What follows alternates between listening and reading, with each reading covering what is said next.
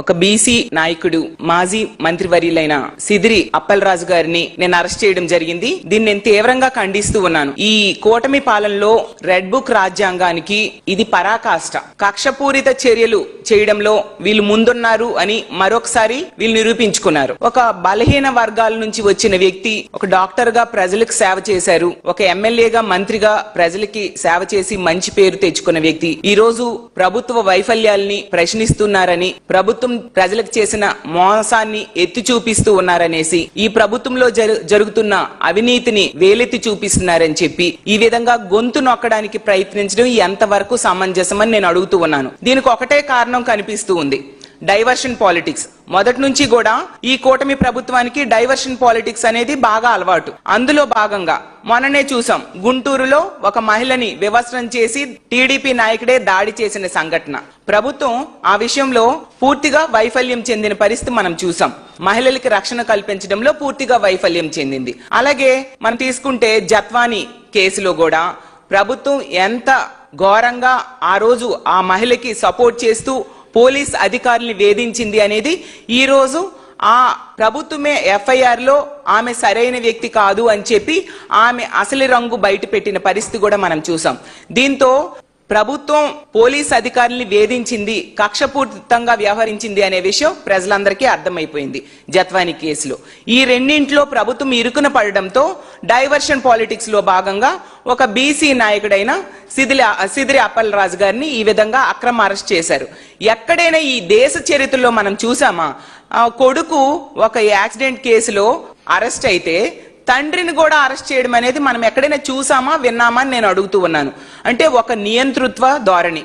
అసలు ప్రజాస్వామ్యంలో ఉన్నామా, నియంతృత్వ సామ్రాజ్యంలో ఉన్నామా అర్థం కాని పరిస్థితి.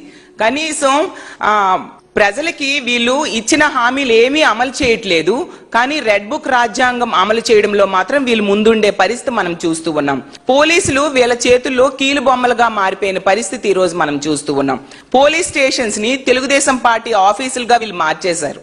పోలీస్ వ్యవస్థని టీడీపీ అనుబంధ సంస్థలుగా ఈ రోజు మార్చేసిన పరిస్థితి మనం చూస్తూ ఉన్నాం. యాక్సిడెంట్స్ అనేవి ఎక్కడైనా జరుగుతూ ఉంటాయి. అలాంటి విషయంలో ఒక 18 ఏళ్ల అబ్బాయి మీద హత్యా నేరం కేసులు కింద సెక్షన్స్ కింద వీళ్ళు కేసు పెట్టడం జరిగింది. కల్పబుల్ హోమిసైడ్స్ అంటే కావాలని హత్య చేశారు అనే సెక్షన్స్ కింద కేసులు పెడితే వీళ్ళ కోర్టు చేవాట్లు వేశాక మీరు ఆ సెక్షన్స్ మార్చారు. ఇది నిజం కాదా? ఎంత అన్యాయము! ఒక పిల్లాడికి ఒక రోడ్ యాక్సిడెంట్ జరిగితే దాని కింద ఆ సెక్షన్స్ కింద మోటార్ వెహికల్ యాక్ట్ కింద పెట్టాల్సిన సెక్షన్స్ మానేసి ఈ విధంగా కల్పబుల్ హోమిసైడ్ సెక్షన్స్ కింద కేసులు పెట్టడం ఎంతవరకు సమంజసం? ఆ పిల్లాడికి వైద్య పరీక్షలకు పంపాల్సింది పోయి ఒత్తిడి తీసుకొచ్చి జైలుకు తీసుకెళ్లిన పరిస్థితి కూడా మనం చూసాం.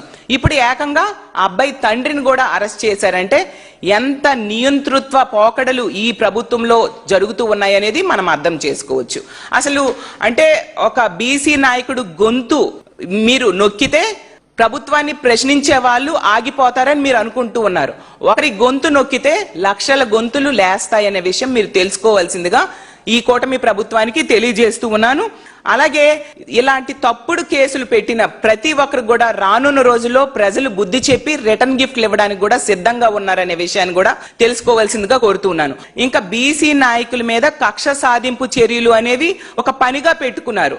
బీసీలు గొంతు అని అనచాలి, బీసీల తాలూకా మాటలు బయటికి రాకుండా చూడాలి అని వీళ్ళు ప్రయత్నిస్తూ ఉన్నారు.